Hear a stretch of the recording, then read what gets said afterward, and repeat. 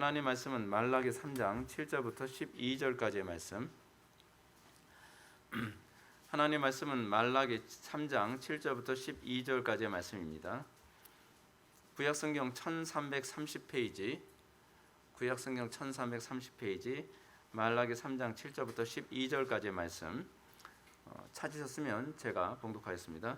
만군의 여호와가 이르노라. 너희 조상들의 날로부터 너희가 나의 규례를 떠나 지키지 아니하였도다. 그러즉 내게로 돌아오라. 그리하면 나도 너희에게로 돌아가리라 하였더니 너희가 이르기를 우리가 어떻게 하여야 돌아가리까 하는도다. 사람이 어찌 하나님의 것을 도둑질하겠느냐. 그러나 너희는 나의 것을 도둑질하고도 말하기를 우리가 어떻게 주의 것을 도둑질하였나이까 하는도다. 이는 곧 11조와 봉헌물이라. 너희 곧 온 나라가 나의 것을 도둑질하였으므로 너희가 저주를 받았느니라. 만군의 여호와가 이르노라. 너희의 온전한 12조를 창고에 들여 나의 집에 양식이 있게 하고 그것으로 나를 시험하여 내가 하늘 문을 열고 너에게 복을 쌓을 곳이 없도록 붙지 아니하나 보라. 만군의 여호와가 이르노라. 내가 너희를 위하여 메뚜기를 금하여 너희 토지 소산을 먹어 없애지 못하게 하며 너희 밭에 포도나무 열매가 기한 전에 떨어지지 않게 하리니 너희 땅이 아름다워짐으로 모든 이방인들이 너희를 복되다 하리라. 만군의 여호와의 말이니라. 아멘. 이 시간은 말라기 8번째 강의가 되겠습니다. 주님의 것을 도둑질하는 자들이라는 제목으로 하나님 말씀 증거하도록 하겠습니다. 주님의 것을 도둑질하는 자들. 제가 잘 안 하는 설교인데요. 오늘 헌금 설교를 하게 될 것 같습니다. 근데 이 헌금 설교라고 해서 여러분들 다른 교회에서 얘기하는 것처럼 그렇게 설교할 거라고 기대 안 하셔도 됩니다. 그 얘기가 아닙니다. 헌금 많이 하자는 얘기가 아니라 우리의 신앙의 고백이 어떻게 나와야 될 것인가에 관한 문제가 오늘 우리가 흔히 이 11절에 관해서 언급하는 본문이 오늘 본문의 내용입니다.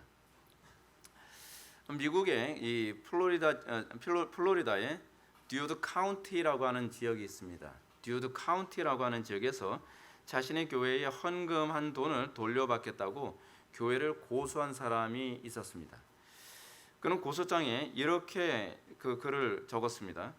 본인은 재산의 11조를 바치는 사람은 많은 축복과 이익과 보상을 받게 될 것이라는 목사의 약속에 따라 본인의 저축 예금 $800를 교회에 헌금하였습니다.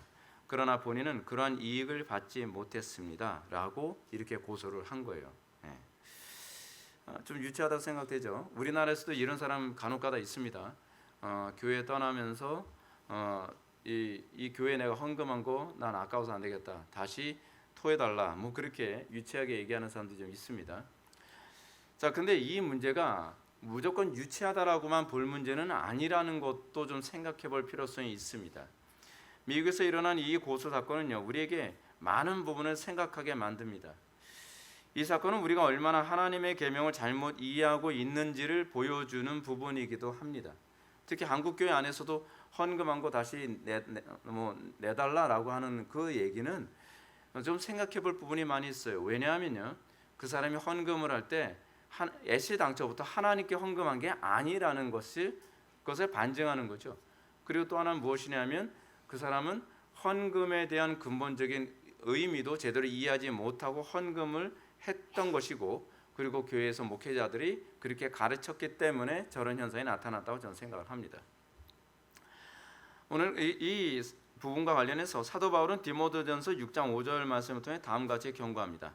마음이 부패해지고 진리를 잃어버려 경건을 이익의 방도로 생각하는 자들의 다툼이 일어나느니라. 경건을 뭐로 사용하냐면 이익의 재료로 사용하는 사람들이 많다는 얘기입니다. 많은 사람들이 교회를 찾아옵니다. 교회를 왜 찾아왔습니까? 우리 교회에서 새신자 문답할 때 제가 항상 던지는 질문이 예수를 왜 믿으려고 합니까? 라는 겁니다. 제가 시험 문제 하나 유출했습니다. 도대체 예수를 왜 믿으려고 합니까? 여러분, 도대체 예수를 왜 믿으려고 합니까? 많은 사람들이 이익의 재료로 예수를 믿으려고 하는 사람이 있습니다. 예수 믿으면 부자 된다 그래서요. 예수 믿으면 복 받는다 그래서요. 예수 믿으면 병 고침 받는다고 해서, 예수 믿으면 행복해진다고 해서, 예수 믿으면 성공한다고 해서. 여러분들이 예수를 그런 목적으로 믿으면요, 그거는 예수를 안 믿는 겁니다. 근데 많은 사람들이 그런 차원에서 경건을 이익의 재료로 생각하면서 교회에 오고, 그러면서 그 이익의 방도로 왔기 때문에 이익이 조금이라도 안 되면 교회 안에서 다툼이 일어납니다. 계속적으로 다툼이 일어나는 거죠. 특히 이제 이 이익의 재료와 관련해서 이 12조가 굉장히 많은 역할을 합니다.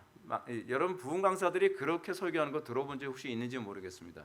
우리 교회 성도들은 뭐 부흥 강사 설교 들을 기회가 별로 없어서 그럴지 모르겠는데 12조 많이 하면 뭐 돈벼락 맞는다 이런 얘기를 하면서 이런 얘기까지 합니다. 10의 2조로 하면 더 많이 하나님께서 복을 주어 주실 것이다. 10이 2조로 하게 되면은 따블이 되겠죠. 그렇죠? 아 그러네, 따블이네. 거기서 10의 3조로 하면 따블이 되겠죠. 도대체 이게 뭐 하는 생각인지 모르겠습니다. 근데 또 어떤 부흥 강사는 이렇게 얘기합니다. 그건 뭐라 그러죠? 이게 신종 용어인데 11조를 원래 우리는 11조는 외부로부터 그 이익이 온 것에 대한 11조잖아요. 근데 여러분 믿음으로 11조를 땡겨서 하라는 거예요. 그러니까 예를 들어서 사업하는 사람이 요번 달에 800만 원 이제 매출이 됐는데 28이 16 1,600만 원 정도의 그 이익을 보기 원한다면 그 미리 땡겨서 그 11조를 2배로 하라는 거예요. 그러면 더 많은 복을 주어줄 걸 믿으시기 바랍니다. 또 거긴 또 아멘 하면서 혈관 튀어나가면서 아멘 그래요. 또 그거 아멘 할 문제가 아닙니다. 이게 근데 이 욕심이 많은 교인들은 또 그런 목회자, 그런 부흥 강사들을 따라다니면서 경건을 이익의 방도로 생각하면서 거기서 끊임없이 스스로 시험에 들어가는 것이죠. 근데 그렇기 때문에 여러분들 이런 말을 하는 목사도 문제지만 그 가르침을 좋다고 따라다니는 교인도 똑같습니다. 예. 우리는 그런 얘기 하잖아요. 사기꾼도 문제지만 사기 당하는 사람도 문제라고요. 사기꾼들이 많이 극성을 부리는 이유가 뭐냐면 사기를 당할 만한 그 수요가 있기 때문에 그렇습니다. 그렇게 사기를 치면 많은 사람들이 그 사기를 또 당해줘요. 그러니까 수요가 있으니까 공급이 있는 것 아니겠습니까? 교회가 타락하면 타락할수록 사람들은요 점점 어떤 사람들을 원하냐면 자기의 가려운 길을 긁어주고 그리고 자기의 욕심을 채워줄 수 있는 목회자를 찾아다닙니다. 그것이 교회가 무너져가고 있다는 모습이죠. 오늘 본문 말씀을 주로 이제 증거 구절에서 이 사기 치듯이 목회하는 목회자들이 이 성경 구절 가지고 그렇게 얘기를 합니다. 그러면서 그런 얘기까지 했죠. 저는 부흥 강사가 그런 말하는 것도 들었습니다. 11조 떼먹는 이 도둑놈들 회개 막 그러면 부흥 강사들은 말이 굉장히 거칠거든요. 네, 굉장히 거칩니다. 근데 거친 게 이게 사람들한테 돈을 착복하기 위해서 그런 식으로 막 하는 거죠. 그래서 오늘 본문 구절 하게 되면 여러분 손발 다 들게 되잖아요. 이 본문 구절 오늘 10절 보면 만군의 여호와가 이르노라 너희의 온전한 11조를 창고에 들여 나의 집에 양식이 있게 하고 그것은 나를 시험하여 내가 하늘 문을 열고 너희에게 복을 쌓을 것이 없도록 붙지 아니하나 보라. 시험해 보라는 거예요. 시험해 봐라. 자 11조 시험해 봐라. 하나님께서 복 주시지 않나. 시험해 봐라. 우리 11조 열심히 했는데요. 가난해서 별로 벗어난 적이 없어요. 예. 그럼 도대체 하나님이 틀렸는가? 그렇지 않으면 우리가 성경을 잘못 이해했는가? 여러분 그 생각을 해야 되는 것 아니겠습니까? 우리는 좀 생각을 많이 해야만 합니다. 성경이 이렇게 가르치고 있는데 여러분들 만약에 11조에서 복을 받는다고 한다면 여러분 우리 교회 성도 중에서 11조 안 하는 사람들 별로 없잖아요. 별로라는 말은 저는 11조 여러분들 하는지 안 하는지 잘 모르니까. 왜냐하면 우리 교회는 11조 봉투에 이름 적기를 안 하다 보니까 누가 11조를 하는지 안 하는지 저는 몰라요. 그걸 알려고 하지도 않고요. 안다고 해서 별로 유익이 안 돼요. 왜냐하면 제가 서론에서 말씀드렸던 것처럼 여러분들이 믿음으로 하지 않은 건요 아무짝에도 쓸모없어요. 믿음으로 하지 않고서 시기로 또는 욕심으로 여러분들 헌금을 해봐야 괜히 그것 때문에 시험에 들까봐 저는 오히려 더 걱정입니다.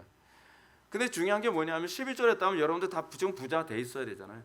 한국교회 교인들 11조 그렇게 열심히 했으면 다 부자 됐어야 되잖아요. 근데 한국교회 교인들 11조 열심히 하는데 다 부자 아니잖아요. 부자 아닌 사람들이 굉장히 많단 말이죠. 그러면 둘 중에 하나죠. 성경이 거짓말이든지 그렇지 않으면 내가 성경을 잘못 이해하고 있든지 둘 중에 하나 아니겠습니까? 만약에 성경이 거짓말이라면 여러분들 내일부터 교회 나올 필요 없습니다.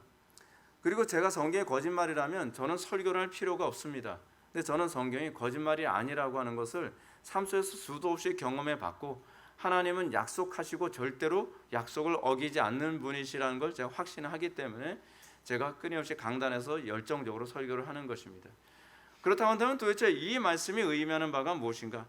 이 말씀을 정확하게 이해하게 된다면 우리는 정말 성경을 얼마나 잘못 이해하고 있는가를 알 수 있습니다. 우리는 11조를 마치 카지노에서 도박하듯이 합니다. 어떻게 헌금을 합니까? 돈 놓고 돈 먹기죠. 그렇죠? 여러분, 도박이 뭡니까? 돈 적게 드리고 많이 땡겨서 자기가 가져가는 거잖아요. 마치 이 11조를 그런 식으로 생각을 하는 거죠. 내가 10분의 1을 헌금하면 하나님께서 더 많은 복을 부어주시겠지. 탐욕의 원리죠. 근데 성경은 탐욕의 원리로 기록되어 있지 않습니다. 성경은 사랑의 원리로 기록되어 있습니다. 성경은 희생의 원리로 기록되어 있습니다. 성경 어디에 우리가 이만큼 하고 더 많이 이익 보는 그런 우리의 탐욕을 채우는 원리로서 기록된 구절이 있나요? 없죠. 만약에 그렇게 보이는 구절이 있다고 한다면 그 본문은 그런 의도로 기록된 것이 아니라 그런 의도로 보여지게 기록됐을 뿐입니다. 오늘 본문 같은 경우에는요, 탐욕의 원리로 인생을 살아가는 사람에게는 딱 그 원리에 걸려들기 딱 좋은 성경 구절이죠. 근데 그런 성경 구절이 성경엔 마치 함정처럼 여기저기 많이 있다니까요. 왜 여기저기 많이 있느냐? 그 이유는 뭐냐면 진리를 사랑하지 않고 불의를 좋아하고 그리고 욕심을 좋아하는 사람들로 하여금 멸망케 하려고 하는 하나님의 심판적 원리가 거기에 들어있기 때문에 그렇습니다. 성경 굉장히 양면성이라는 것이 있습니다. 여러분들 설교를 들으면서 느끼셨겠지만 어떤 설교가 어떤 사람에게는 복이 되고 은혜가 되기도 하는데요, 어떤 사람에게는 그 설교가 심판으로 작용하기도 합니다. 예수님께서 말씀을 증거하심으로 말미암아 그 말씀이 누구에게는 구원으로 작용을 하는데 누구에게는 심판과 멸망으로 작용하기도 합니다. 근데 그것이 진리가 가지고 있는 양날입니다. 진리가 가지고 있는 양날. 그래서 여러분들이 설교를 들을 때 그 설교가 나를 구원하고 나를 회개케 하는 설교인가, 아니면 그 설교로 인해서 내 마음이 더 강팍해지고 나로 하여금 진리로부터 더 멀어지게 만드는가, 이 부분 가지고 고민해야만 합니다. 그러면 여러분들은 내 심령 속에서 심판이 일어나고 있는지, 내 심령 속에서 구원이 일어나고 있는지 여러분들은 잘 볼 수 있게 될 겁니다. 하나님을 만났는데 가인은 하나님을 만나면서 그것이 구원이 되지 않았습니다. 가인아 네가 왜 그 제사 잘못 드리고 얼굴이 그렇게 울그락불그락 됐니? 라고 하니까 하나님을 만난 가인은 하나님을 만나서 구원이 일어난 것이 아니라 오히려 더 강팍해지고 오히려 더 죄 가운데 떨어지게 되죠. 그게 심판입니다. 하나님의 말씀 앞에서 우리가 항상 두렵고 떨림으로 하나님의 말씀을 들어야 되는 이유가 바로 거기에 있기도 합니다. 우리가 오늘 본문을 바르게 이해하려면 무엇보다 먼저 본문이 어떤 논쟁으로 시작되는지를 알아야만 합니다. 성경을 해석할 때 성경을 자꾸 한 구절만 가지고 해석하는 게 여기서 항상 오류에 빠지는 전형적인 원인으로 작용합니다. 성경은 앞뒤 문맥 전체로 본문을 봐야죠. 예를 들어서 여러분들 연애편지에서 제가 그런 얘기 하잖아요. 연애편지의 한 구절만 따서 얘기한다면 여러분 이 남자가 나를 싫어한다는 거야, 좋아한다는 거야, 헷갈리는 구절이 있잖아요. 그렇죠? 근데 문맥으로 보게 되면 때로는 어떤 표현이 있어요. 그 반어법이라는 게 있잖아요. 반어법이라는 것이 때로는 어떤 분의 강조로서 사용되는 것 아닙니까? 나는 너만 보면 정말 미워 죽겠어 라고 얘기해. 얄미워 죽겠어 라고 얘기하는데 그게 진짜 얄밉다는 얘기가 아니라 밉다는 얘기가 아니라 너무 사랑스럽다는 것에 대한 반어법으로 이렇게 적혀 있기도 하잖아요. 성경 그런 문학적 구조들도 상당히 많이 들어 있습니다. 그래서 앞뒤 문맥을 봐야 그 흐름 안에서 그 본문이 이게 이런 뜻이구나 라고 하는 것이 선명하게 보이는 거죠. 오늘 우리가 보게 되는 이 본문도 그런 본문이기도 합니다. 7절 말씀부터 한번 좀 보시겠습니다. 만군의 여호와가 이르노라 너희 조상들의 날로부터 너희가 나의 규례를 떠나 지키지 아니하였도다. 그런즉 내게로 돌아오라. 그리하면 나도 너희에게로 돌아가리라 하였더니 너희가 이르기를 우리가 어떻게 하여야 돌아가리이까 하는도다. 하나님은 유다 백성들에게요, 유다 백성을 향해서 만군의 여호와가 이르노라 너희 조상들의 날로부터 너희가 나의 규례를 떠나 지키지 아니하였도다 라고 그들의 죄악됨을 지적합니다. 그들의 문제가 뭡니까? 규례를 지키지 않습니다. 규례, 약속을 지키지 않습니다. 말라기를 통한 하나님의 말씀은 언약 백성들이 언약에서 떠났다는 점을 지적하고 있습니다. 자, 제가 이렇게 얘기했을 때 항상 이제 언약하게 되면 여러분들이 뭘 떠올려야 되는지 생각을 해야만 합니다. 이게 용어에 대한 개념 정리죠. 복을 채워주지 않나 보라 라고 했을 때 아까 우리가 봤던 부분, 하늘 문을 열고 너에게 복을 쌓을 곳이 없도록 붙지 않나 보라 라고 했을 때 그 복이라는 단어에 대한 용어, 이 용어부터 정확하게 이해한다면 오해하지 않습니다. 그래서 재물을 쌓아주겠다고 얘기하지 않았습니다. 그렇죠? 복을 쌓아주겠다고 얘기하고 있습니다. 그 복의 개념이 뭐냐라는 거예요. 성경이 얘기하는 복에 관한 개념은 하나님과 올바른 관계 안에 있는 것입니다. 사랑의 관계를 얘기합니다. 규례, 율법. 구약에서 이런 표현이 많이 나오는데 율례, 율법, 규례 뭐 이런 모든 용어들은요 한마디로 얘기하면 사랑입니다. 사랑. 그래서 본문에서 이렇게 얘기합니다. 그런즉 내게로 돌아오라 그리하면 나도 너에게 돌아가리라 라는 것이죠. 그래서 우리는 그러면 돌아가라, 주님께로 돌아오라 라고 한 얘기가 무슨 얘기겠습니까? 무슨 얘기겠어요? 사람들이 이렇게 얘기합니다. 우리가 어떻게 하여 돌아가리까? 라고 얘기합니다. 돌아간다는 얘기를 어떤 문장상으로 본다면 무슨 얘기냐면 율법 지키라는 얘기입니다. 율법 지키라는 얘기인데 이 율법 지키라는 말이 단순히 형식적으로 지키라는 얘기가 아니라 사랑하는 자리로 오라는 얘기입니다. 너희가 나를 사랑하는, 내가 너희들을 사랑한 것처럼 너희들도 나를 사랑하는 자리로 돌아오라는 겁니다. 마치 이런 거죠. 맨날 바람피는 여자가 있습니다. 이건 지금 제가 고매를 두고 하는 소리입니다. 바람피는 여자가 집에 와서 남편의 아내로서의 의무를 다하는데 그 마음속에 사랑이 없어요. 그렇죠? 그 마음속에 여전히 바람필 마음만 가득하단 말이에요. 그러면 그 남편이 뭐라고 얘기했습니까? 호세아가 뭐라고 얘기했어요? 나에게 돌아오라. 아니 내가 지금 얘기죠. 우리가 어떻게 해야 돌아간다는 얘기입니까? 내가 지금 어디 나가 있는 것도 아닌데 뭘 돌아오라 그래요? 라고 얘기를 하는 거죠. 그렇죠? 아내가 어디 갔습니까? 지금 여기 있잖아요. 근데 돌아오라. 이스라엘 백성들이 여러분 제사 안 합니까? 하죠. 근데 뭐라 그래요? 돌아오라. 하나님께서 그러신단 말이에요. 율법 우리 지키는데요. 근데 하나님께서는 돌아오라라고 자꾸 얘기하고 있습니다. 돌아오라는데 도대체 뭘 어떻게 돌아오라는 거예요? 우리는 율법도 지키고 있고 우리는 제사도 하고 있고 그렇다고 해서 우리가 여호와 신앙을 버린 것도 아닌데 뭘 돌아오라고 얘기합니까? 주님께서 말씀하시는 것이 뭐죠? 나 좀 사랑하라는 겁니다. 나 좀 사랑해라. 고멜 보고 호세아가 얘기하고 싶은 게 뭘까요? 제발 딴 남자 쳐다보지 말고 나만 사랑해 줄 수 없겠어? 라고 얘기를 하는 거죠. 정당한 요구죠. 정당한 요구입니다. 근데 유다 백성들은 그걸 이해하지 못하고 있습니다. 여러분, 근데 이 부분이 예수님 당시에 바리새인들에게서 나타났던 부분이기도 하거든요. 그 사람들은 율법을 잘 지켰습니다. 바리새인들이나 서기관들이나 사두개인들, 율법사들 율법 기가 막히게 잘 지키죠. 율법은 기가 막히게 잘 지키는데 문제는 뭡니까? 사랑을 안 합니다.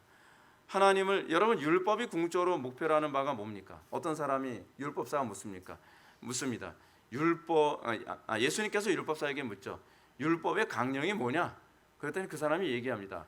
마음을 다하고 뜻을 다하고 목숨을 다하고 힘을 다하여 주 너의 하나님을 사랑하라 하셨으니 이것이 크고 첫째 되는 계명이요 둘째는 이것이니 내 이웃을 내 몸처럼 사랑하라 하셨다입니다 라고 얘기하니까 그래 하나님의 나라가 너에게 멀지 않겠다 예수님께서 말씀하셨습니다. 율법의 정신을 떠올리지 않고 율법을 지키는 건 아무 의미가 없다는 거죠. 율법의 궁극적 스피릿, 그 정신이 뭡니까? 하나님을 마음을 다하고 뜻을 다하고 목숨을 다하고 힘을 다하고 지혜를 다해 사랑했어야 되는데 사랑을 하지 않고 율법만 지켜요. 그렇죠? 남편이 또는 아내가 사랑을 하지 않으면서 의무만 행하는 것, 그거는 사랑이 아니죠. 그렇죠? 자, 그런데 그러면서 그러니까 예수님께서 그들을 보면서 뭐라 합니까? 화 있을진저 너 바리새인들이요. 아니 율법 잘 지키는데 뭐가 문제라는 겁니까? 율법 잘 지키고 있는데 왜 화 있을진저? 안식일 잘 지키죠. 그 제사 잘 지키죠. 그리고 간음하지 않죠. 도둑질하지 않죠. 거짓 맹세 안 하죠. 근데 뭐가 문제라는 겁니까? 우리가 살인을 했습니까? 근데 예수님께서 하신 말씀이 거죠. 근데 너희들은 하나님을 사랑하지 않잖아. 너희들은 형식적으로만 행동하고 있잖아 라고 얘기하는 거죠. 그러다 보니까 이들이 결국 어떤 현상이 나타났습니까? 그렇게 율법 잘 지킨다는 양반들이 예수님을 십자가에 못 박았습니다. 율법을 지킨다고 하는데 예수님을 십자가에 못 박아요. 문제가 여기 있는 거죠.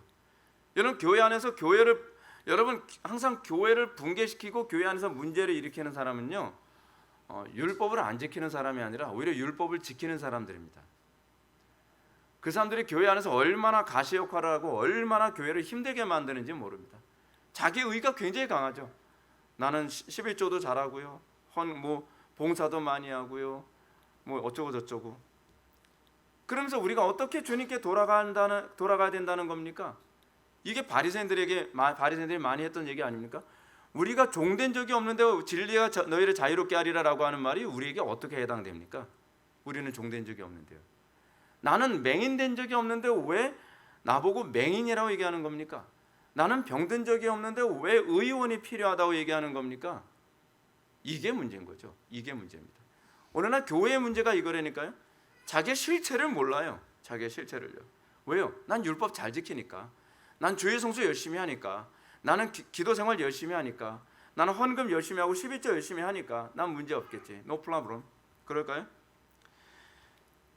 유다 백성들의 모습을 보면 이 사람들이 이런 질문할 때 하나님께 돌아갈 마음이 있어서 한 소리가 아니라 하나님께 돌아갈 마음이 없는데 이런 소리 한 거라는 걸 알 수 있습니다. 8절과 9절 말씀 보시겠습니다. 사람이 어찌 하나님의 것을 도둑질하겠느냐? 그러나 너희는 나의 것을 도둑질하고도 말하기를 우리 어떻게 주의 것을 도둑질하였나이까 하는도다. 이는 곧 11조와 봉헌물이라. 너희 곧 온 나라가 나의 것을 도둑질함으로 너희가 저주를 받았느니라. 그래서 언급된 하나님의 말씀을 보면 유다 백성들의 반문이 결코 하나님께 돌아가고 싶어하는 얘기가 아닌 걸 알 수 있습니다. 오히려 본문은 우리는 하나님을 떠난 적도 없는데 왜 돌아오라고 하는지 이해를 못하겠습니다라는 얘기죠. 그래서 뭐예요? 말라기를 통해서 유다 백성들에게 하나님이 이렇게 말씀하십니다. 사람이 어찌 하나님의 것을 도둑질하겠느냐라고 책망을 하니까 그들은 우리가 어떻게 주의 것을 도둑질하였습니까? 우린 주의 것 도둑질한 적 없는데요. 주의 것을 도둑질하는 게 뭔지조차도 모르고 있고 주의 것을 그러니까 이 부흥 강사들이 이 본문 가지고 장난질을 치는 거죠. 12조 가지고 도둑질 치지 마라. 근데 그 얘기하자는 게 아니거든요. 이 본문이요. 사랑으로 돌아오라는 얘기예요. 하나님을 사랑하는 자리로, 하나님을 더 사랑하도록 만드는 것이 강단 설교의 목적입니다. 여러분, 제가 전에 그런 얘기 한 적이 있었잖아요. 그 주례를 쓰는 그 주례자가 신랑은 신부를 사랑하느뇨? 이렇게 이걸 요구하잖아요. 근데 신부에게 신부는 주례를 사랑하느뇨? 이렇게 되면 곤란해지는 거잖아요. 네. 궁극적으로 이 중매쟁이가 하는 역할은 뭐냐면 사랑을 받는 역할이 아니라 이 두 사람과의 관계를 가깝게 해서 사랑하게 만들어서 결혼하게 만드는 것이 중매쟁이가 해야 되는 역할이잖아요. 강단에서 설교자가 굉장히 잘못하는 것 중 하나 뭐냐면 성도들에게 자꾸 인기 끌려고 하는 거예요. 성도들에게 자꾸 뭔가 더 얻으려고 하는 거예요. 그건 도둑질이거든요. 사랑 도둑질이에요. 설교자의 운명은 절 인정하고 싶지 않지만 설교자의 운명은 뭐냐면요, 교인들한테 뺨 맞는 거예요. 교인들한테 미움받고, 교인들한테 왜 저 양반은 왜 이렇게 듣기 싫어하는 소리 자꾸 해. 근데 그렇게 해서라도 궁극적으로 설교자가 목표로 하는 바는 뭐냐면 하나님을 계시하고 성도들이 하나님을 사랑하게 만드는 거예요. 그것이 말라기의 역할이거든요. 근데 여러분, 거짓 선지자들이 구약시대 때 항상 문제가 뭡니까? 자기네들이 회중들에게 사랑을 받고 회중들에게 더 많은 이익을 받도록 하기 위해서 하나님과 관계를 자꾸 깨뜨려버리고 있다는 것이 문제인 거죠. 그죠? 인기를 많이 끄니까 어떻습니까? 오는 게 많죠. 뒤로 오는 게 굉장히 많죠. 근데 그것이 거짓 선지자들이 끊임없이 하나님께 미움을 받을 수밖에 없었던 이유였거든요. 말라기는 지금 욕을 먹어가면서 사람들한테 뭐라고 얘기합니까? 듣고 싶지 않은 얘기하는 거죠. 너들 11조 바쳤다고 해서 그것이 바친 게 아니야. 11조를 통해서 궁극적으로 목표로 하는 바가 무엇인가를 생각해야지 라고 얘기하는 거죠. 그러니까 하나님은 어쩔 수 없이 말라기를 통해서 그들의 혐의를 좀 더 노골적으로 말씀하십니다. 이는 곧 11조와 봉헌물이라. 너희 곧 온 나라가 나의 것을 도둑질하였으므로 너희가 저주를 받았느니라. 그러니까 11조라고 했을 때 11조는 뭡니까? 자기 수입의 10분의 1을 하나님께 바치는 거죠. 봉헌물은 뭐냐면 제사장들과 레위인들의 생계를 위해서 희생 제물을 드리는 거예요. 그게 바로 11조와 봉헌물이에요. 근데 부흥 강사들 11조만 얘기하지 봉헌물은 이 본문에서 본 격도 안 나잖아요, 우리가요. 근데 11조와 봉헌물을 통해서 하나님을 섬기는 거거든요. 근데 이제 문제가 뭐냐면 이 11조와 봉헌물을 통해서 하는 것이 그 당시에 지금식으로 따지면 목회자와 그리고 고아와 과부를 돌보는 일에 이 돈이 사용됐거든요. 그러면 11조와 봉헌물을 바치지 않으면 자동적으로 뭐가 무너질까요? 그러니까 성전 제사가 무너지고 레위인들이 떼거리가 없어지니까 자꾸 투잡을 뛰게 되고, 그렇죠? 그리고 또 고아와 과부들이 굶게 되죠. 자, 그럼 쉽게 얘기해서 이겁니다. 11조와 봉헌물이 궁극적으로 목표로 하는 정신은 뭐냐면 하나님 사랑, 이웃 사랑이에요. 여러분, 재물이 있는 곳에 마음이 있다 그랬잖아요. 그 예수님께서 하신 말씀이죠. 재물이 있는 곳에 마음이 있다는 얘기는 하나님을, 그러니까 구약 시대로 따지면 성전을 끊임없이 잘 지켜내고, 그리고 유대 공동체 안에서 고아와 과부와 나그네들 같이 가난하고 헐벗고 힘든 사람들을 섬기기 위해서 그들은 그 마음을 뭐로 표현해야 하냐면 11조와 봉헌물로 그것을 표현해야 되는 거예요. 근데 11조와 봉헌물을 바치지 않으면서 성전이 깨끗하고 잘 됐으면 좋겠다. 그리고 성전 제사가 잘 됐으면 좋겠다. 그리고 이 사회에서 고아와 과부와 나그네가 없어졌으면 좋겠다. 그건요, 입 바른 말이죠. 거짓말이에요. 그것을 실천하는, 그 하나님 사랑, 이웃 사랑을 실천하기 위해서 요구됐던 것이 바로 11조와 봉헌물이죠. 근데 11조와 봉헌물을 게을리하면서 말로는 뭐라 그래요? 하나님 사랑해요, 그런 거죠. 말로는 뭐라 그래요? 난 이웃을 사랑해요 라고 얘기하는 거죠. 거짓말이라는 거죠. 하나님께서 뭐라고 말씀하시니까 돌아오라. 11조와 봉헌물을 바침으로써 하나님 사랑, 이웃 사랑으로 돌아오라 라고 말씀하는 거죠. 재물에 인색하면서 할 수가 없는 문제죠. 그 부분에 관해서 내가 희생을 해야죠. 여러분, 사랑은 희생입니다. 희생하지 않고 사랑한다는 말은 새빨간 거짓말입니다. 그렇지 않습니까? 사랑한다고 얘기하는데 희생해야 될 상황에서는 요리 피하고 저리 피하고, 이렇게 이유를 붙이고 저렇게 이유를 붙이고. 근데 그 사람들도 이해가 있었어요. 나름대로 이유가 있었습니다. 어떤 이유였는가? 그 사람들이 포로 생활하고 나서 돌아왔는데요, 먹고 살기가 쉽지가 않은 겁니다. 그들의 상황을 보면 계속적으로 가뭄과 기근이 계속적으로 있었습니다. 가뭄과 기근이 계속적으로 있으니까 이 사람들은 뭐라 얘기합니까? 11조 하기 힘든데요, 봉헌물 바칠 만한 여력이 안 되는데요. 이해가 되죠. 이해가 돼요. 근데 하나님은 거꾸로 얘기합니다. 가뭄과 기근이 왜 왔는지 생각을 해봐. 너희들이 11조와 봉헌물을 바치지 않았기 때문에 그런 거 아니야? 근데 그 11조와 봉헌물이 아니라니까요. 뭐라고요? 너희들이 하나님을 사랑하고 이웃을 사랑하지 않아서 그런 거 아니야? 라고 얘기하고 있는 거예요. 그거를 12조와 봉헌물로 표현한 거니까. 그렇잖아요. 근데 이 사람들은 거꾸로 얘기하는 거예요. 가뭄과 기근을 해결해 주면 이웃 사랑하고 하나님 사랑할게요. 근데 하나님은 거꾸로 얘기하는 거죠. 아니, 너희가 하나님 사랑하고 이웃 사랑하면 내가 가뭄과 기근을 해결해 줄게. 근데 여기서 자꾸 딜을 하자고 자꾸 그러는 거예요. 딜을 하자고요. 우리 삶의 문제를 해결해 주면 여러분들 하나님 사랑할 것 같습니까? 아니라는 걸 하나님이 잘 아시거든요. 신기한 게 뭔지 아십니까? 주일 성수할 수 있는 여건 하나님께서 주시면, 하나님이 한두 번 속아 주시긴 해요. 주일 성수할 수 있는 여건 주시면 저 주일은 온전히 하나님께 드린다니까요. 근데 정작 주일 성수할 수 있는 여건 딱 되니까 놀러 다녀요. 뭐 금요일부터 캠핑카 사고 뭐하고 하면서 놀러 다닐 계획만 잡고, 그래서 정작 주일 되면 아유 뭐 빨리 후딱 갔다 오고, 제가 오후 예배 참석할게요. 그래서 금요일서부터 오전까지, 주일 오후까지 놀러 갔다 오기 바쁜 거예요. 그러다가 차 밀리는 바람에 참석 못하면 어쩔 수 없었어요. 그래도 가정도 중요하잖아요. 뭐 이러니까. 이게 사람들이 흔히 하는 거짓말이거든요. 하나님께서 이렇게 말씀하시죠. 너희가 진짜로 사랑한다면 부족한 가운데서도 하나님께 헌신하고 이웃에게 헌신할 거예요. 네가 진짜 하나님을 사랑한다면 주일날 사업을 포기하면서까지도 너는 주일 성수할 것이고, 하나님을 정말, 이웃을 정말 사랑한다고 하면 네가 없는 돈을 가지고서라도 이웃 사랑을 실천할 걸. 문제는 너는 돈이 없는 것이 아니라 마음이 없는 거야 라고 얘기하는 거죠.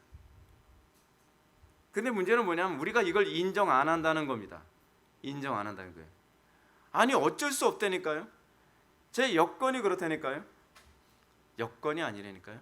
마음이 없는 거라니까요. 끊임없이 이 줄다리기, 사실 가인과 아벨의 사건도 끊임없이 이것에 대한 줄다리거든요. 문제는 뭐냐면 우리는 우리의 죄를 합리화하는데 굉장히 노련합니다. 근데 하나님이 속으실 거라고 생각해요. 그러니까 하나님께서 뭐라고 얘기합니까? 나 만군의 주 여호와는 너희들의 그 말에 만홀히 여기에 맞지 않는다. 난 속지 않는다라고 얘기하시는 거죠. 근데 우리는 끊임없이 하나님하고 이런 식으로 줄다리기를 합니다. 그래서 자기 의에 도취되어 있죠. 나는 하나님을 정말 사랑하기 원하는데 하나님 저한테 10억의 이 재물을 줘보시라니까요. 그럼 제가 진짜 제가 돈이 없어 그렇지 지금 돈만 있으면 로또 복권 한번 당첨되게 한번 해보시라니까요. 진짜 예배당 건축이요? 제가 다 알아서 다 할게요. 로또 복권 당첨됐더니 교회로 옮겨버려요. 제가 그런 걸 제가 실물로 봤어요. 제가 여러분 사람은 믿을 수가 없어요. 그래서 제가 여러분들한테 이런 말씀드리잖아요. 어려울 때 순종하라고요. 그래서 여러분들이 저한테 그런 얘기 많이 하거든요. 그냥 저는 대답을 잘 안 하잖아요. 그 부분에 대해서요. 목사님 주일날 제가 이러이러해서 어쩔 수 없어요. 네, 알아서 하세요. 왜냐하면 저는 설교했고 이제 들을 만큼 알아들을 만큼 다 얘기했으니까요. 여건이 되면 그때는 속으로 여건이 돼 봐라. 어디 그때는 하나. 문제는 마음이 없는 건데 마음이 그렇잖아요. 그러니까 이 여건이 딱 되는데 요구를 하면 좀 민망하니까 그래서 교회로 옮기는 일이 자꾸 생기는 거예요. 하나님께서 뭐라고 말씀하시나 보십시오. 그 사람들은 여건 때문에 기근과 그 가뭄 때문에 어쩔 수 없다라고 얘기를 하는데 하나님은 너희가 저주를 받았느니라 라고 얘기하는 거죠. 그 기근과 가뭄 때문이 아니라 그 기근과 가뭄이 생긴 원인은 너희들이 하나님 사랑, 이웃 사랑을 안 했기 때문에 저주를 받은 거라는 거예요. 자, 우리나라 상황 뭘까요? 우리나라 상황 경제적으로 점점 어려워집니다. 이 경제적으로 점점 어려워질 때 사람들에게 나타나는 반응이 무엇일까요? 언젠가 예전에 저한테 그런 얘기를 한 분이 있습니다. 어떤 분이 목사님 제가 빚이 많아서 헌금하기가 굉장히 어려운데 11조 하기가 굉장히 어려운데 이때 어떻게 해야 되나요? 제가 뭐라고 얘기할 것 같습니까? 말씀해 보세요. 그래도 하셔야죠. 저 빚이 많은데요. 아시죠? 제가 돈에 욕심이 없다는 거. 근데 성경이 그렇게 얘기하고 있잖아요. 성경이 나중에 제가 이 빚을 다 갚고 나면 그때 할게요. 알아서 하세요. 이미 그분의 마음이 어디에 있는지 알고 있는데요. 그분은 그냥 처음부터 끝까지 주구장창 항상 예배 시간에 그 주무시는 분이었거든요. 그래서 얘기해봐야 소용이 없어요. 왜냐하면 믿음이 없거든요. 하나님을 사랑하지 않아요. 하나님께서 여러분 답답하니까 하나님께서 그런 말씀하시잖아요. 야, 내가 돈이 부족해서 너희한테 돈을 요구하겠냐? 내가 재물이 부족해서 내가 재물을 요구하겠냐? 나는 짐승의 피를 먹지 않는 하나님이시다. 내가 재물을 먹는 하나님이냐? 하나님께서 답답하시니까 그런 거잖아요. 하나님께서 요구하시는 게 뭐라고요? 11조가 아니에요. 하나님께서 요구하시는 것이 헌물이 아니에요. 뭐죠? 사랑이거든요. 너희들이 하나님을 사랑하고 이웃을 사랑할 마음이 없으니까 지금 그런 것 아니냐? 즉 그 얘기하고 있는 거거든요. 바꿔서 얘기한다면 이렇습니다. 너희들이 정말 사랑할 마음이 있다면 그 기근과 어려운 가운데서도 궁핍한 가운데서도 섬길 수 있는 것 아니냐는 겁니다. 손혜원 목사님이 감옥에서 여러분 그게 11조 정신이고 그게 봉헌물의 정신이거든요. 손혜원 목사님이 감옥에 갇혔었죠. 근데 감옥에 갇혔는데 감옥에서 이 주먹밥을 주잖아요. 감옥에 옛날에 주먹밥을 줬어요. 주먹밥을 주면 주먹밥이 기계로 찍어서 주는 게 아니라 그냥 되는 대로 그냥 뭉쳐가지고 이렇게 집어넣어 주니까 한 사람 앞에 하나씩 이제 주먹밥을 먹으면 사람들은 딱 봤다가 제일 센 놈이 제일 큰 걸 집죠. 그래서 서로 큰 거 집으려고 악의 다툼인 거예요. 그럼 맨 마지막에 남는 건 조그만 개밖에 안 남는 거죠. 그러니까 맨 마지막에 딱 2개가 남으니까 제일 조그만 것 중에 조금 더 큰 거를 어떤 사람이 집습니다. 그거 먹으면서 불평을 하는 거예요. 나는 항상 조그만 거밖에 나는 못 먹는다고. 그러니까 손혜원 목사님이 자기도 배고파서 뱃속이 꼬록꼬록 하는데 그 가운데서 그 반을 쪼개주면서 그 사람한테 줍니다. 이거 드세요. 여건이 돼서 나누는 게 아니죠. 하나님을 사랑하고 이웃을 사랑하니까. 그러니까 그 사람이 민망한 거예요. 아니 목사님도 드실 게 부족하실 텐데 괜찮아요. 하나님께서는 더 큰 걸 주십니다. 괜찮습니다. 그리고 나니까 분위기가 달라지는 거예요. 분위기가. 여러분, 그게 기독교입니다. 그게 11조 정신이고, 여러분, 제가 설교하면서 어디 11조 얘기합니까? 안 하잖아요. 제가 어디 설교하면서 그토록 예배당 건축하느라고 힘든 상황에서, 여러분들 죄송 모르죠? 예배당 건축하는데 헌금 내라고 제가 얘기합니까? 안 하잖아요. 제가 감사헌금 해라 뭐 해라 얘기 안 하잖아요. 왜요? 마음이 있으면 하게 되어 있는 거거든요. 문제는 마음이 없는데 강요를 하게 되면 그것 때문에 또 시험이 들어요. 성경이 가르치는 바는 무엇이냐면 하나님 사랑, 이웃 사랑이에요. 그게 11조와 봉헌물이죠. 근데 사람들이 11조 얘기만 하면 또 시험이 되니까 요즘 개혁파 교회 안에서 자꾸 무슨 얘기냐면 11조 폐지론을 자꾸 얘기를 해요.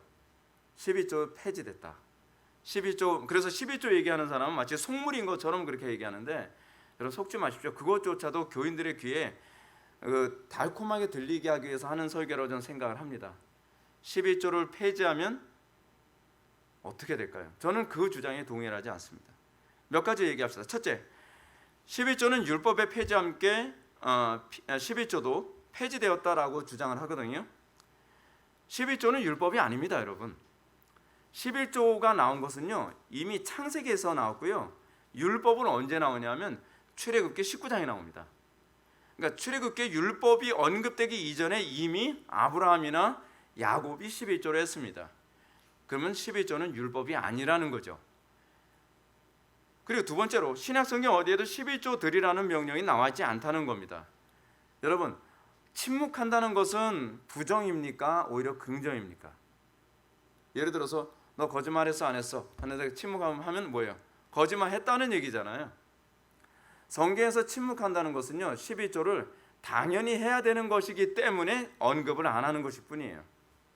그것이 루터가 해석하는 방식이기도 하죠. 여러분, 특히 마태복음 23장 23절에 보면 화이스 지녀 외식하는 서기관과 바리새인들이 너희가 박하회양과 근처 11조는 드리되 율법이 더 중한 바 정의와 긍휼과 믿음은 버렸도다. 그러나 이것도 행하고 저것도 버리지 말아야 할지니라 라고 예수님께서 말씀하시죠. 이 말씀에서 여러분들 율법을 폐지하는 것처럼 보입니까? 아니면 12조를 폐지하는 것처럼 보입니까? 아니면 12조를 긍정하는 것처럼 보입니까? 오히려 12조를 긍정하는 것으로 보는 것이 더 적절한 해석이죠. 근데 문제는 뭐냐, 회중들이 12조를 폐지하는 쪽으로 얘기하는 걸 좋아해요. 어떤 면에서는 저는 그렇게 생각이 됩니다. 제가 11조에 대해 설교를 안 하는 것도 타협이 아닌가 하는 생각이 들어요. 그래서 제가 신앙 상담, 우리 새신자 상담할 때 제가 노골적으로 얘기하죠. 12조 생활 합니까? 안 합니까? 라는 얘기는 그때는 해요. 왜냐하면 제가 교인들한테 듣기적으로 하고 11조에 대해서 설교 안 하는 사람이 되는 게 아닌가라는 생각이 들어서 그래요. 근데 저는 돈 얘기 자체를 하는 걸 싫어해요. 11조뿐만 아니라. 근데 그게 저의 단점이기도 해요, 사실은. 왜냐하면 여러분들이 헌금을 함으로써 하나님께 희생하는 법을 배우는 거거든요. 근데 제가 그런 얘기를 너무 못하니까 그게 저의 단점이기도 해요.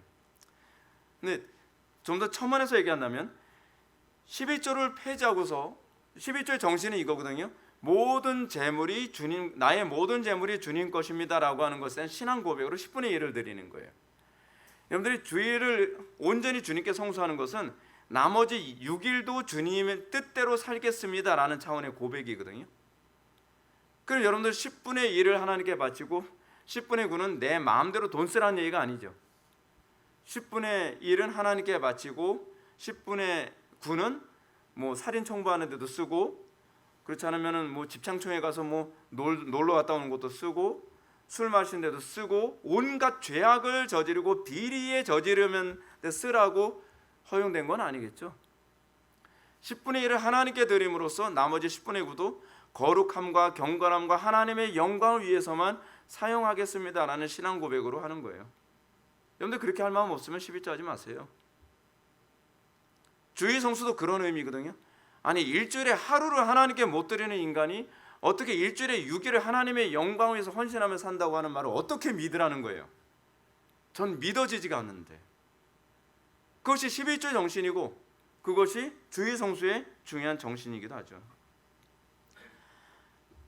이런 관점을 가지고서 우리가 11조를 생각한다면 이 11조가 단순히 10분의 1 하나님께 제물 드리고 나머지 10분의 9는 내 마음대로 써도 된다라는 그런 허용적 개념이 아니라는 걸 알 수 있죠. 찬송가 가사에 그런 가사가 있습니다. 찬송가 213장 보게 되면은 나의 생명, 나의 손과 발, 나의 음성, 나의 보화, 나의 시간 주의 것이라고 고백합니다. 12조는 이 모든 것에 대한 상징적 의미입니다. 왜냐하면 하나님과 만몬, 재물을 겸하여 섬길 수 없다는 그 말씀처럼 하나님께 재물을 하나님의 뜻대로만 사용하겠습니다라고 하는 이 말에는 나의 시간도 하나님의 뜻대로만 사용할 것이고 나의 생명도 주님의 뜻대로만 살 것이고 나의 손과 발도 주님의 뜻대로만 움직일 것이고 나의 음성도 하나님의 뜻대로만 말할 것이며 나의 명예도 하나님의 뜻대로만 사용하겠습니다라는 고백으로 11조를 하는 거예요.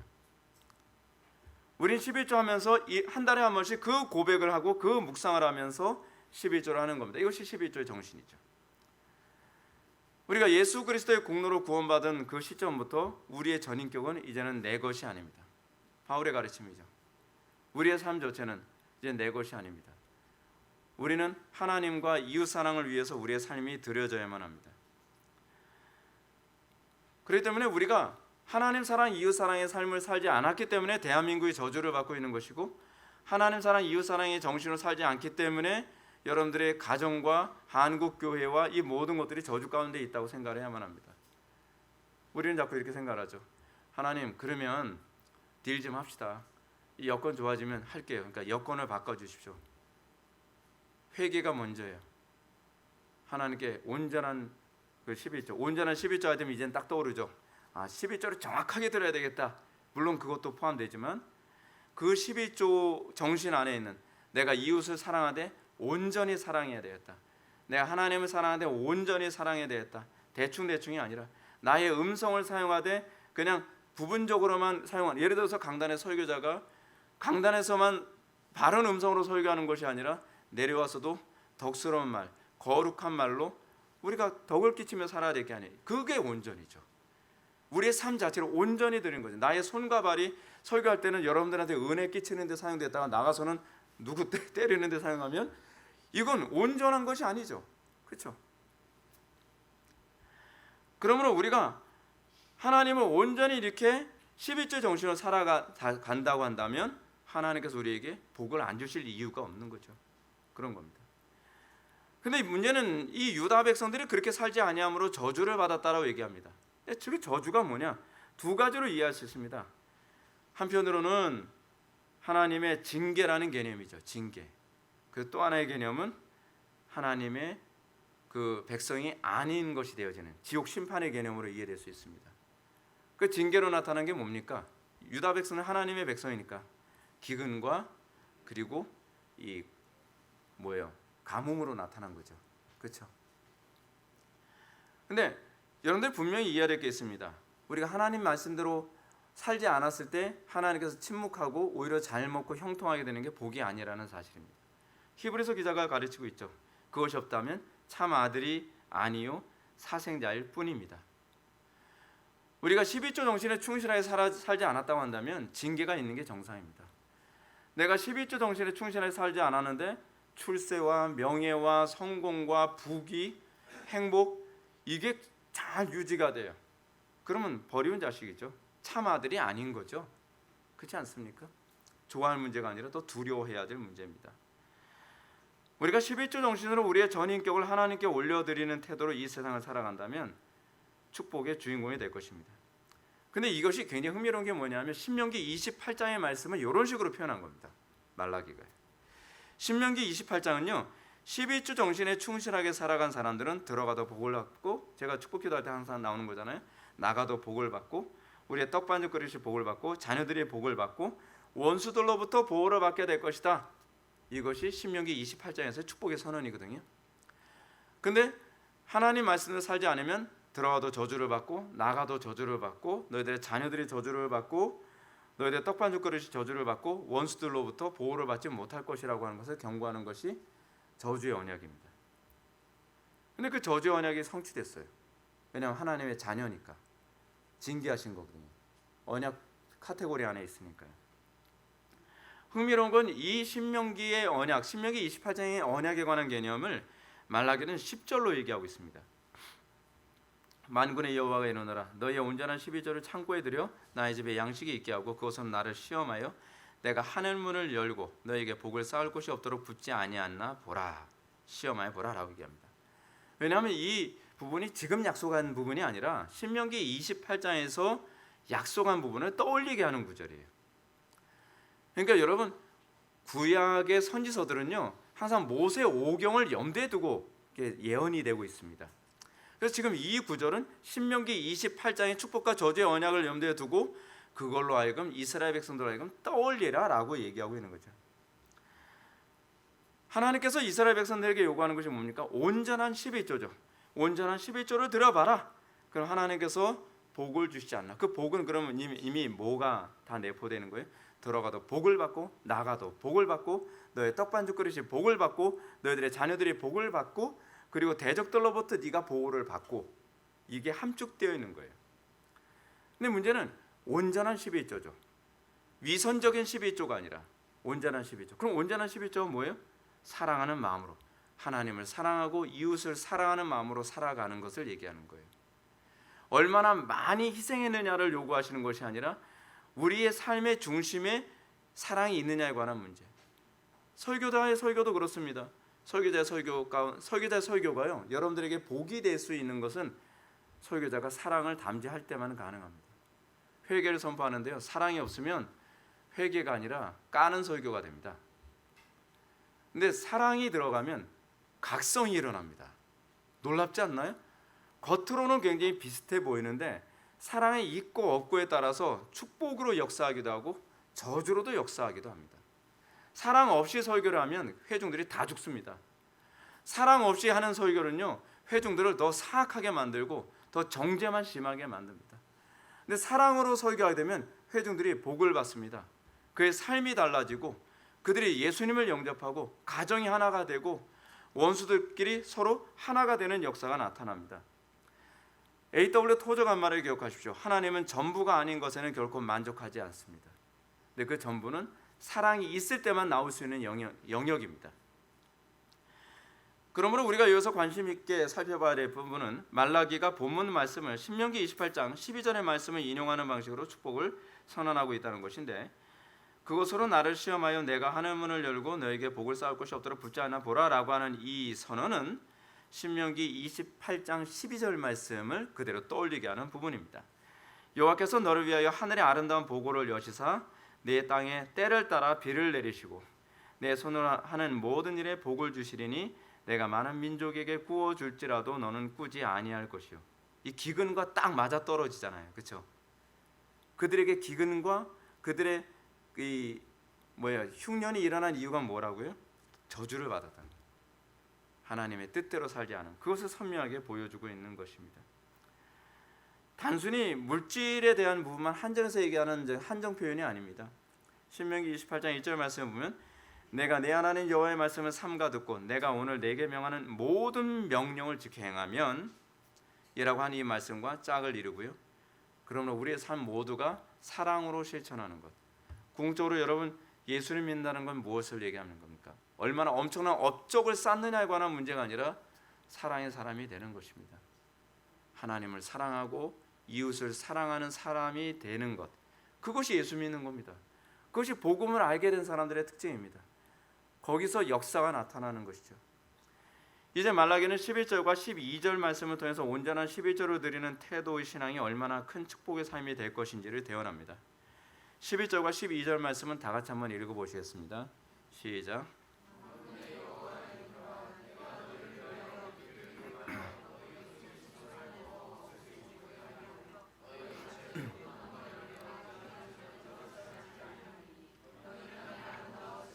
모든 이방인들이 너희를 복되다 하리라.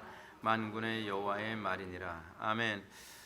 우리가 정말 율법의 정신에 충실하게 살아간다면, 우리가 11조와 봉헌물의 정신에 충실하게 살아가게 된다면 여러분들 절대로 궁핍해지지 않을 것입니다. 여러분들 오히려 하나님께서 말씀하신 것처럼 이방인들이 너희를 복되다 하리라라는 선언을 듣게 될 것입니다. 실제로 복음이 들어간 나라가 가난해진 나라가 없습니다. 복음이 들어간 나라가 망한 나라가 없습니다. 복음이 들어가서 부흥이 일어나고 활성화된 나라가 저주받은 나라가 없습니다. 문제는 뭐냐면 복음을 복음되게 이해하지 못하는 것이 문제입니다. 우리가 정말 하나님께로 돌아오라, 주님께서 내게로 돌아오라, 내게로 돌아오라 그러잖아요. 근데 내게로 돌아오라는 얘기가 무슨 얘기인지 잘 사람들이 이해를 못합니다. 그래서 많은 사람 자꾸 이렇게 얘기합니다. 율법으로 돌아오라는 얘기다. 아니요, 율법으로 돌아오는 얘기가 아닙니다. 주님을 사랑하는 자리로 돌아오라는 겁니다. 하나님을 사랑하고 이웃을 사랑하는 자리로 돌아오라. 그럼 우린 그렇게 생각합니다. 목사님, 그러면요 우린 망합니다. 이 땅에서는요 약삭 빠른 사람들이 성공하고 약삭 빠른 사람들이 재산을 긁어 모으고 약삭 빠른 사람들이 잘 먹고 잘 사는 세상인데 어떻게 하나님 사랑, 이웃 사랑 실천해가면서 그렇게 살아가는데 잘 살 수 있겠습니까? 그래서 믿음이 필요한 겁니다. 하나님 사랑, 이웃 사랑으로 돌아오십시오. 그럼 하나님께서 약속을 지켜주십니다. 그 약속을 믿는 게 신앙입니다. 안 될 것 같죠? 이 세상 주관자는 마귀가 아닙니다. 이 세상에 축복과 저주를 주는 건 마귀가 아니에요. 하나님이 하시는 겁니다. 자꾸 가게 흐르는 저주를 끊어야 산다 해가지고 무슨 이 저주를 어떻게 하면 끊을까 그렇게 생각하는데, 여러분 저주하고 축복하는 건 하나님이 하시는 거지 마귀가 하는 게 아닙니다. 우리는 여기서부터 생각을 잘못하고 있어요. 여러분, 우린 만약에 누군가가 저주를 하면 뭐 큰일 날 것 같습니까? 마귀가 막 저주하면 큰일 날 것 같습니까? 교황이 뭐 저주를 받을지어다라고 얘기하면 큰일 날 것 같습니까? 걱정 마십시오. 축복과 저주는 오로지 하나님으로부터만 나옵니다. 그래서 가게 흐르는 저주를 끊어야 산다, 그런 가르침을 끊어야 삽니다. 여러분들, 만약 우리가 주님께로 돌아갔다고 생각했음에도 불구하고 만약에 복이 주어지지 않는다, 우리가 과연 온전한 11조 정신에 충실한 삶을 살고 있는지를 점검하면 됩니다. 왜냐하면 하나님은 신실하시고 거짓이 없으시고 약속을 틀림없이 이행하시는 분이시기 때문에 그렇습니다. 저는 제 삶 속에서 어떤 문제가 발생하면 제가 항상 틀렸다는 전제로 생각을 합니다. 그리고 내가 뭔가 잘못 이해하고 있나? 내가 하나님의 말씀을 잘못 해석하고 있는 것인가? 그것 때문에 계속 고민을 합니다. 근데 항상 정답은 제가 틀렸다는 거예요. 그리고 하나님 말씀을 제대로 이해하고 순종하면 하나님께서는 약속하신 그대로 항상 성취시켜 주십니다. 그래서 언약 신학이라는 얘기가 나오는 거예요. 신앙이라는 것이 하나님의 약속에 대한 믿음입니다. 그러면 우리가 우리의 삶을 한번 뒤돌아보십시오. 과연 나는 재물뿐 아니라 나의 시간을 하나님께 드리는 데 인색하지 않은가? 나의 명예를, 나의 재능을 또는 나의 삶을 하나님께 드리는 데 인색하지 않은가? 여러분들, 우리가 루터나 휘필드나 요한 웨슬리나 칼빈 같은 사람들을 보십시오. 그분들은 시간을 분초 단위로 쪼개서 썼다고 합니다. 나를 위해서요? 아니요. 하나님의 영광을 위해서. 모든 시간을 주님께 드리고 모든 재물을 주님께 드리고, 주님께 드린다 해서 다 헌금하라는 얘기 아닙니다. 그 모든 것을 선한 일에 사용하라는 겁니다. 하나님의 영광을 위해서 사용하라는 겁니다. 여러분들의 시간과 재물과 여러분들의 명예와 여러분들의 어떤 재능, 이 모든 것을, 그리고 여러분들의 호흡 하나하나까지도 하나님의 영광을 위해서 살고자 하는 그 마음에 사로잡힌 바 되게 해달라고 기도하시기 바랍니다.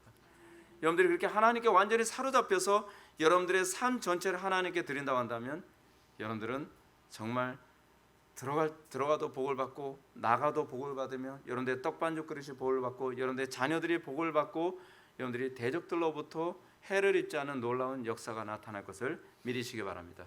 기도하시겠습니다. 사랑이 많으신 하나님 아버지, 우리의 마음속에 하나님을 전심을 다해서 사랑할 수 있는 마음 허락하여 주옵소서. 우리의 심령이 하나님을 정말로 기뻐하게 하여 주시고, 그래서 우리의 삶이 하나님의 영광을 위해서 존재함을 매 순간 느끼고 간증할 수 있게 하여 주옵소서. 예수님의 거룩하신 이름으로 기도드립니다. 아멘.